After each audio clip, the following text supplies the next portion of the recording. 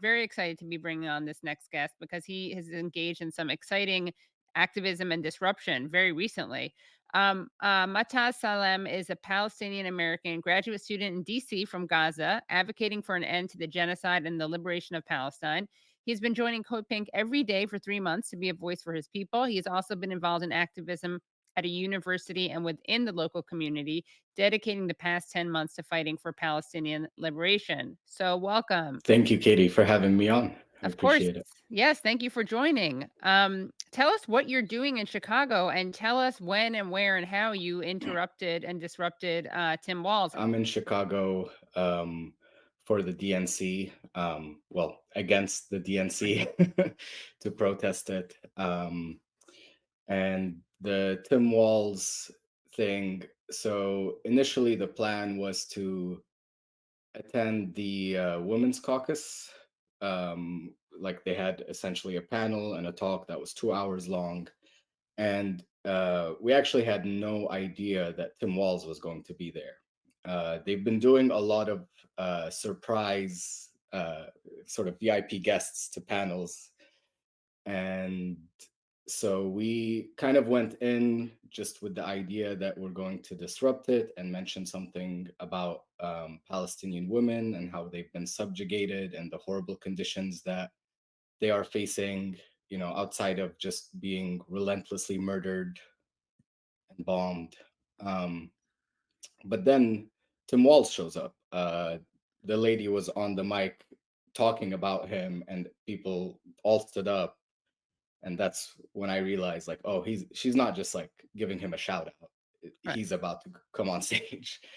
And so, yeah, especially given that he was there, we thought it was, you know, a must to disrupt it and to bring attention, especially given that this was the Women's Caucus panel, to the fact that, you know, there was a lot of the panel talked about, you know, feminism and the ERA and Equal Rights Act. And we wanted to drive home the point that there is no, like, you can't have feminism or sincerely want equal rights for all and like for women in particular without considering not just Palestinian women, but women in the global South, women everywhere. Let's take a look at this disruption.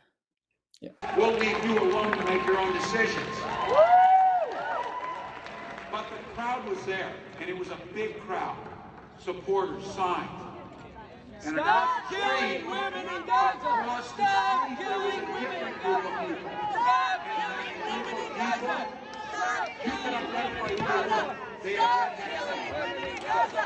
Stop killing women in Gaza! Stop killing women in Gaza! Stop killing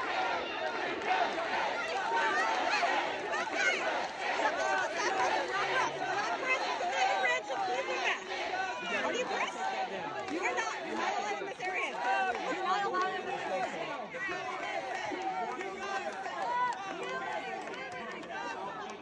You can see that the street wasn't with her. And she turned to me and she said, never forget. Stop killing women in Gaza! Stop killing women in Gaza! Gaza is a feminist issue! Gaza is a feminist issue! Over 40,000 Palestinians have been killed! Most of them are women and children! Palestine is a feminist issue! Arms embargo now!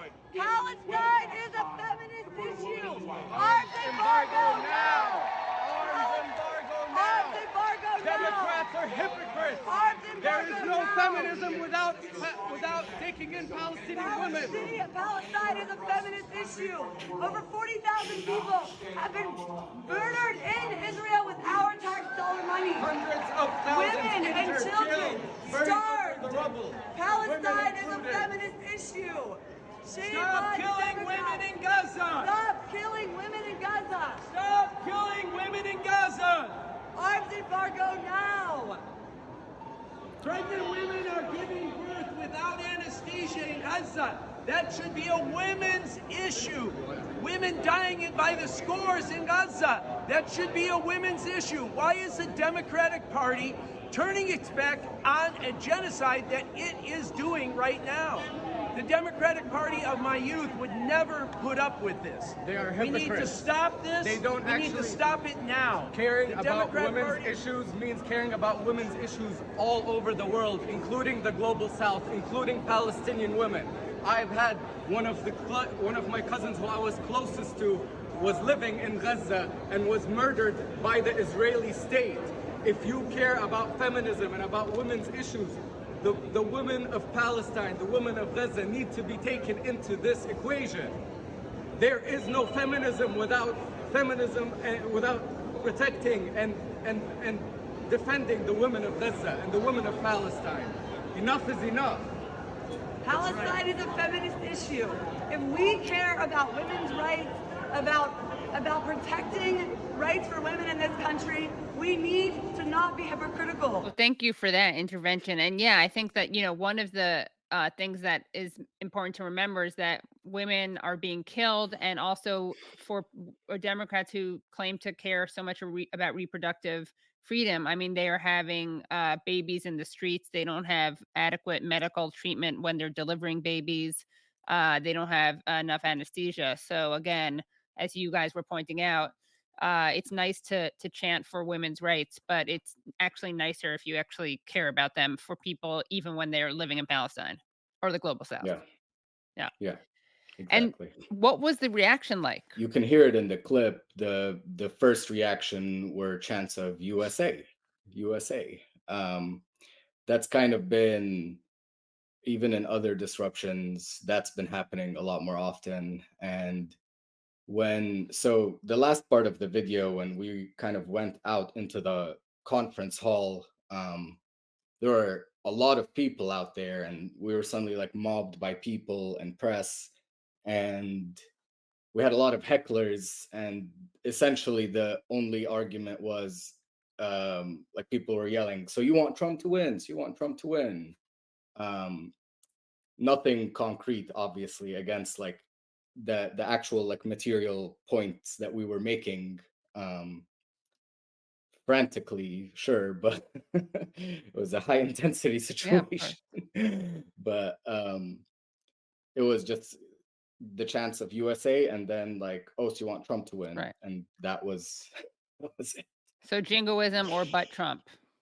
Yes, Those are the two options. Yeah. yes, And I want yes. to extend also my condolences. You've faced enormous loss and inconceivable Hmm. loss, I think, for people who don't have family in Palestine, Hmm. which you referred to in that clip. Can you tell us about what your family has endured in Palestine, and also if there are any like family members whose stories you want us to know about? I'll give you the number, which I uh, have trouble giving sometimes, because it's a really large number. It's 161 individuals of my extended family that have been martyred as a result of the genocide in Gaza. And it's I I didn't know all of them. I knew a lot of them, but not all of them. I don't think it matters, but people tend to be skeptical sometimes. It's a very vile argument, like essentially just denying it. But I mean, it's also, that's what we know of, Right. because getting news from Gaza is very difficult. And so the cousin I was referring to there specifically, her name was Iman, and she was a mother of four, and had recently, like, I think a year or two ago, graduated with an MBA, and was just like the sweetest, funniest person, and very, very accomplished. And um, in one airstrike, one missile, the entire family wiped out. Uh, so that is that is the reality of um, being from Gaza, or your family being from Gaza. And so most of my family, I have maybe one uncle who's still enduring in the central part in Deir al-Balah, but the rest have either been martyred or they have escaped to Egypt.